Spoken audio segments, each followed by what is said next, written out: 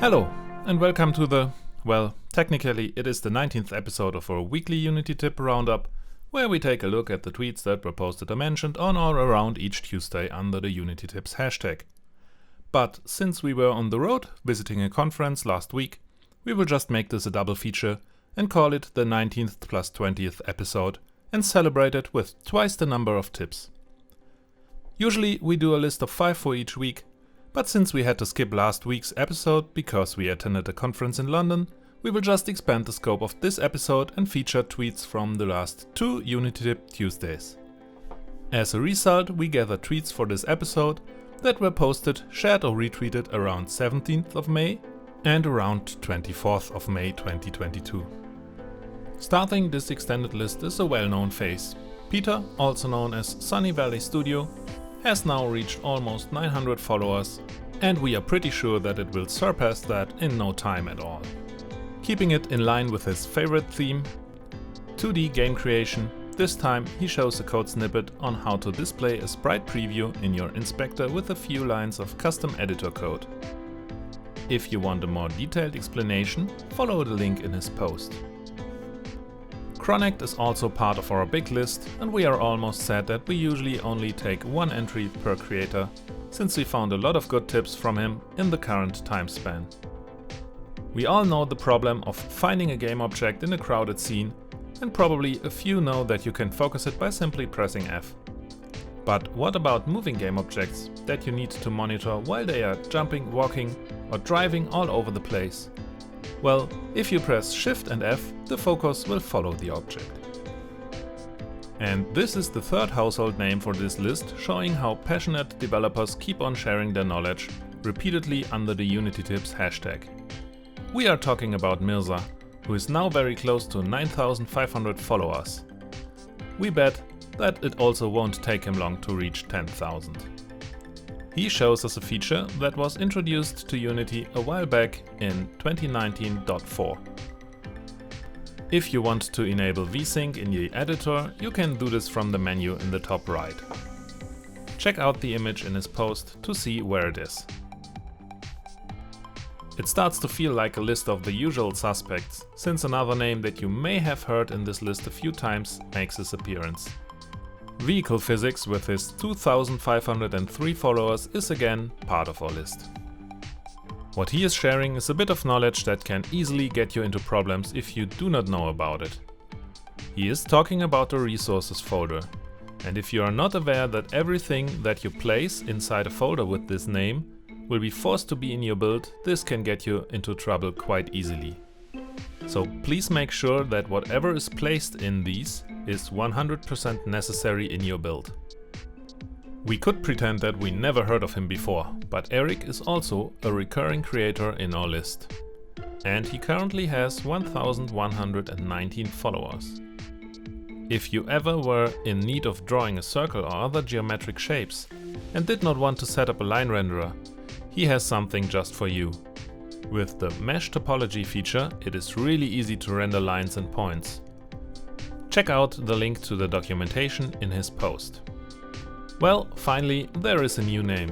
GFX47 is a game developer, and his game No Plan B is available on Steam. Check it out from the link in his profile. He already has close to 5,000 followers. And by the animation in his post, we are quite certain that this tip is the result of a WTF moment and maybe a longer period of debugging. We all know this, trying to figure out why something is not doing what it should, only to find out that a certain function does not work like it was expected to do. And the RaycastAll is certainly one of them, since it does not order the results by distance. If you are relying on this, you have to do depth sorting manually. Just keep this in mind if you ever have to debug something that depends on this kind of sorted results. As we previously said, we are always happy to see the Unity3d people themselves in our videos. And this time Arturo made our list. He is a developer advocate at Unity with 4,226 followers. If you ever have trouble with using Unity services, you can check out their status under the link in his post. Maybe it's not your code that's broken, it's only that the service is not available at the moment. And also, the page shows the status of the asset store and the package manager. Art in Game is also a new face in our list with 2230 followers. According to the profile, he is into environment creation, procedural worlds, weather, clouds and lighting. Check out the link in his profile to his assets in the Unity asset store. His tip seems to be another gotcha moment for those who manage to assign different pipeline assets in graphics and quality settings. Obviously, they should be the same to get the expected results. So be aware to change it in both settings if you need to. Haru is the next entry in our list. She is a game dev and musician with 121 followers. Check out the profile for link collections. Based on the capitalization, we are also quite sure that this was the result of some frustrated debugging, and those often are the most valuable tips, since if you struggle with something, the chances are high that someone else is also having the same problem. And just to add to the frustration, this one can be hard to track, since it does not throw errors, it just does not do anything at all. She is talking about trigger collisions, which only work if at least one of the objects involved has a rigid body. Closing the list is Schlock, who is a 13-year-old game developer with 13 followers. And for his young age, he comes with a tip that may help a lot of people. Did you know that you can tell Unity not to destroy an object when changing scenes?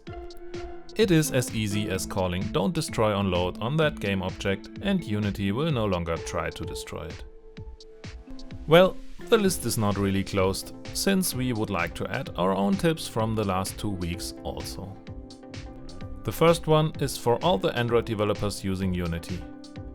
You may know the struggle to get decent debugging going with the Android tools and how complicated it can be to filter only the relevant messages.